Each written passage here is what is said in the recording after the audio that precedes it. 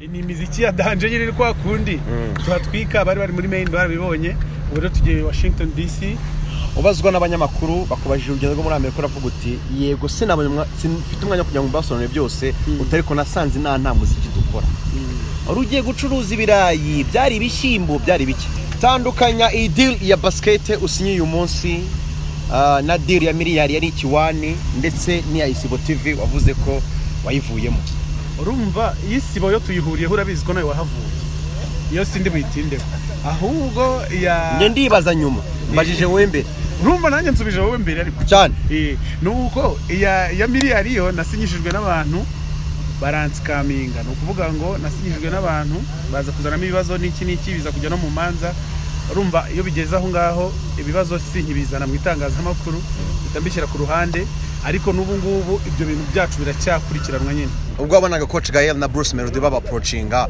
bavuga ko bagiye kugura equipe yanyu nk'abakinnyi mwumvishe mumeze mute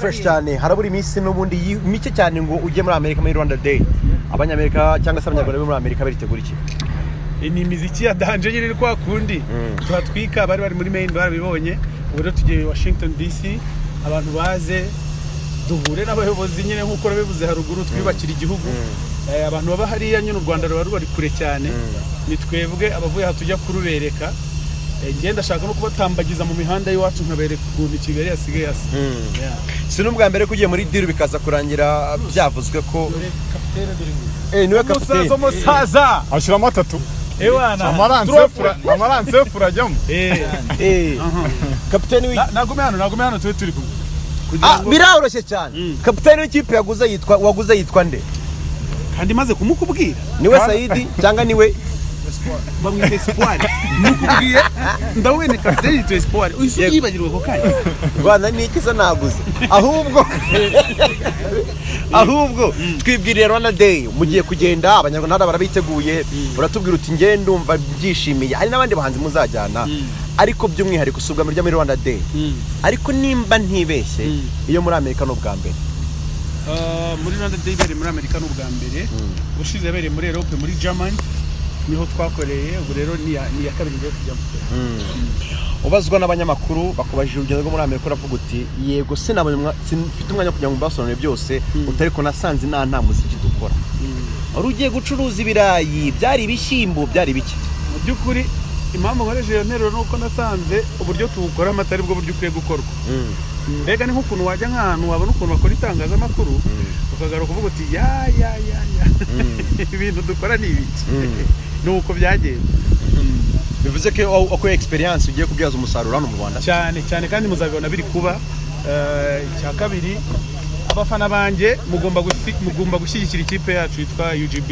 ikipe ya basket igiye kubereka ukuntu umukino wa basket ubundi ukwiye kubukorwa tandukanya iyi deal ya basket usinye uyu munsi na deal ya Miliyari yari ikiwani ndetse n'iya Isibo TV wavuze ko wayivuyemo urumva Isibo yo tuyihuriye urabizi ko nawe wahavuye iyo sindi buyitinde ahubwo ya ndibaza nyuma mbajije wowe mbere urumva nanjye nsubije wowe mbere ariko cyane nuko ya Miliyari yo nasinyishijwe n'abantu barantsikaminga no kuvuga ngo nasinyishijwe n'abantu baza kuzanamo ibibazo n'iki biza kujya no mu manza urumva iyo bigeze aho ngaho ibibazo sinkibizana mu itangazamakuru bitambishyira ku ruhande ariko n'ubu ibyo bintu byacu biracyakurikiranwa nyine urabizi iby'imanza n'iki ntabwo ari ibintu byihuta so byarabaye bigenda gutyo abantu turasinya bananirwa kubahiriza amasezerano twagiranye niyo mpamvu nahise mbivamo burya sinjya amatinda Isibo rero nari nyirimo igihe kiza kugera nyivamo nk'uko n'igitangaza nagikoze nkaza kugera igihe nkakivamo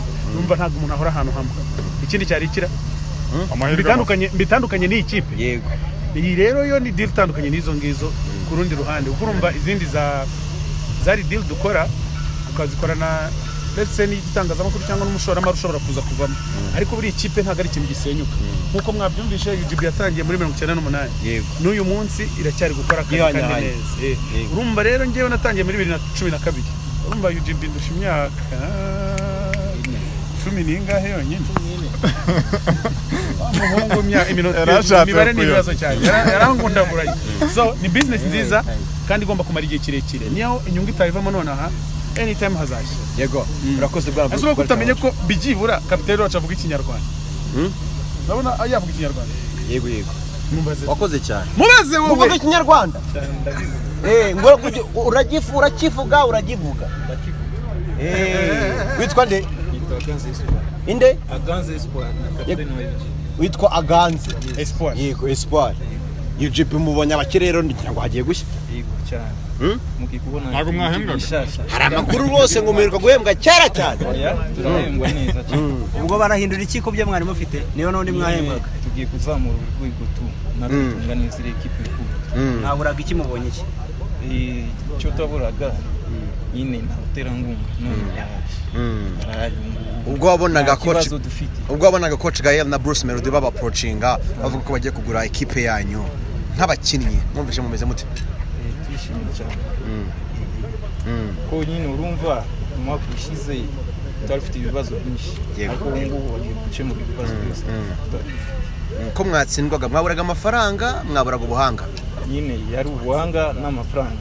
Ubu ngubu byose ubuhanga se buravahe ubuhanga buravaye ko amafaranga yabonetse. ubuhanga nyine yari abakinnyi benshi twazanye bashasha bagiye gufasha iki n'abandi bari gushize twese turashira hamwe tuzamura urwego. Abanyamakuru ba siporo bakavuga bati n'ubundi ibintu byanyu n'amafaranga birimo mugiye gombya Bruce Melody mumva mumeze bite?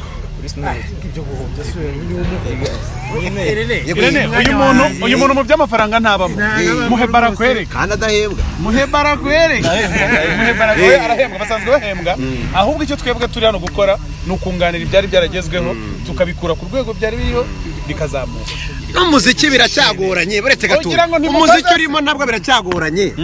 Ugiye gufasha basket n'imiziki bikigora. Bigoye abandi ariko warambaje usanga byarangoye. Agenzi bawe subiramo ngo 1:55 AM